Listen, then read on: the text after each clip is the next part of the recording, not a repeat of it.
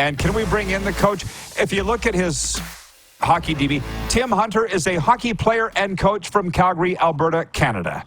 815 games in the NHL with Calgary, Vancouver, Quebec, and San Jose. Coach, how you doing, man? It's been far too long. Doing great. Just finished my first week of recovery for full replacement on my right knee. You and Lanny, did you have side-by-side hospital beds? Man, you guys went in for your 100-mile checkup, you two?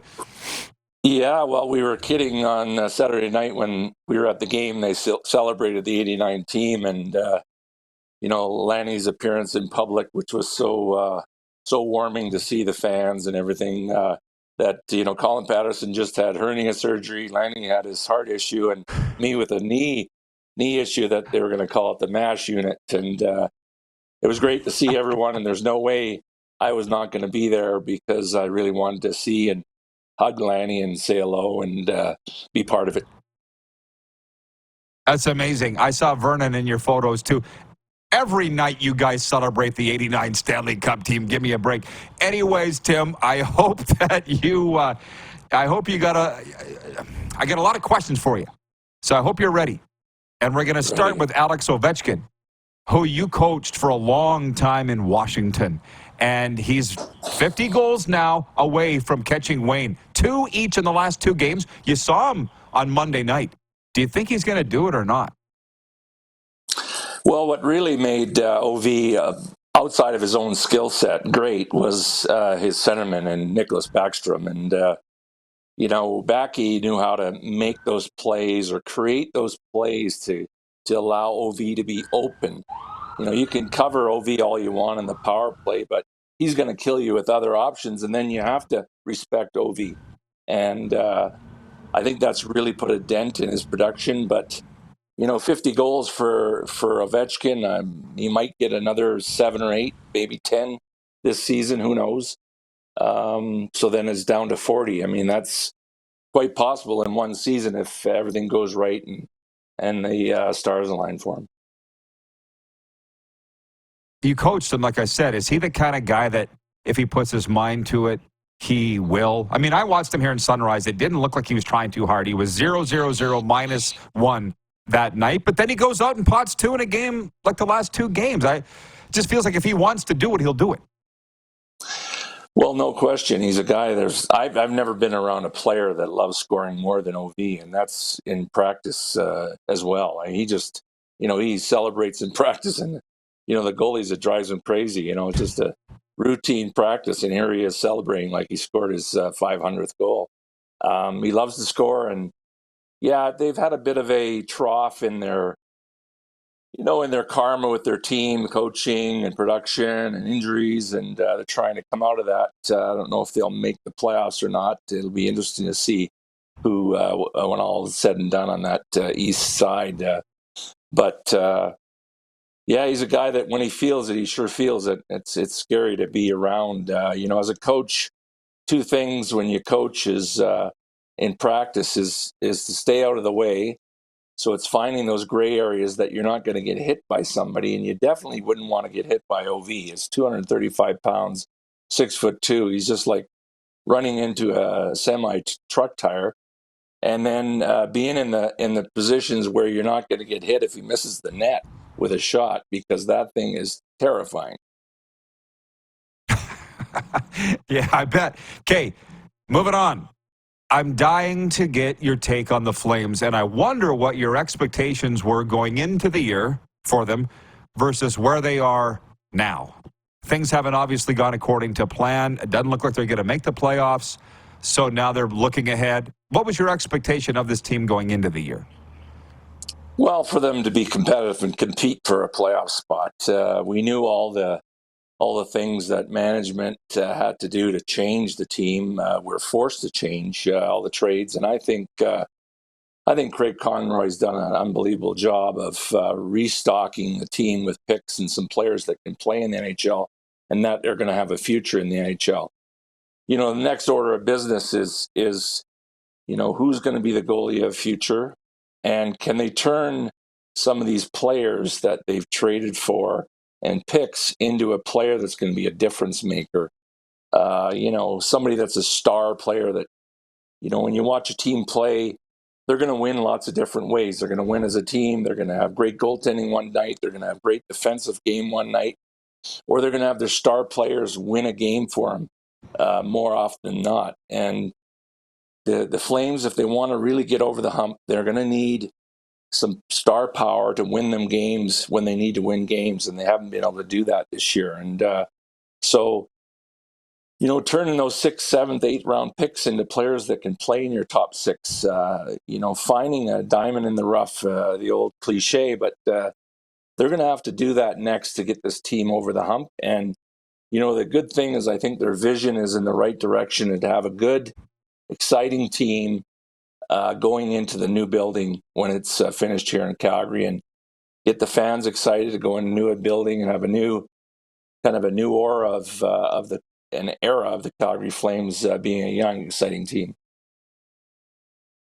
You know what? I'm with you on all of that. I think Conroy has done an outstanding job, and he was never going to turn it around overnight. Let's be honest. He wasn't taking over the 89 Flames, right? So he's done a great job. How about the job of Ryan Huska? The job he's done.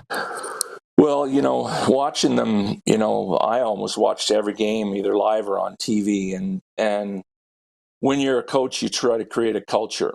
And the number one thing that they've created here, and Ryan's created, his coaching staff, and it all filters down from the top, is being competitive every night and playing as a team. And they've really done that. They've won so many games as a team, as they talk about this pack mentality. And it is a team game, and you have to win games as a team. And like I mentioned earlier, they just need to sprinkle in some more star power to help them over the hump with those, get them into the 650, 670 winning percentage, is going to get you in the playoffs. And he's done a great job creating a culture. He's done a great job handling the players and their egos, and the guys that have come and gone, treating them with class and dignity has been really professional. It's really refreshing to see.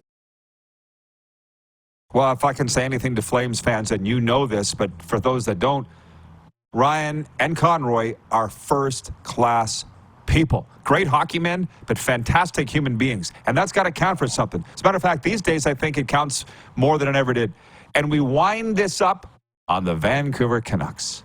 You're Canucks alumni, and they got Vegas in round 1. Tim, there's not going to be any easy rounds for the Canucks. Like, what do you think is going to happen with them here in the spring? Well, to win, everything has to go right, and so far they've had everything go right during the season. And they haven't had many injuries, they haven't had many setbacks, they haven't had many issues. And I know Tocchet is a good coach to manage them through all that. And then the playoffs are a different ballgame. They haven't been there as this group in the playoffs, so sometimes you have to learn to lose before you learn to win. Now, is that going to be this year, or what's it going to be for them? Is it going to be smooth sailing, or are they going to hit a bump in the road and not be able to handle it? Because the pressure is exponential in the playoffs, and not like it is during the regular season. When you have a bump in the road, you slough it off because there's another game tomorrow. And it's not do or die tomorrow, but in the playoffs it is. So they're an exciting team. They have a lot going for them. Number one, their goaltending. He's way above average as far as goaltending in the NHL. And their stars are winning them games as stars. And that's a big contributor to their point total, is their stars have won the games that they maybe shouldn't have won, but their stars have come through in the end and won them games. We're just going to go a little long here because I haven't seen you for too long.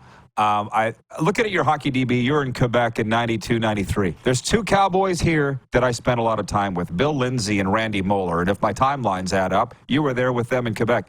Do you have anything on them that I can use on them, Tim? Any good stories that I could embarrass them with from Quebec? Yeah, I didn't play with Randy Moeller. I missed him, but I had Bill Lindsay, and he was just a young cat at the time. And, that was an amazing team we had.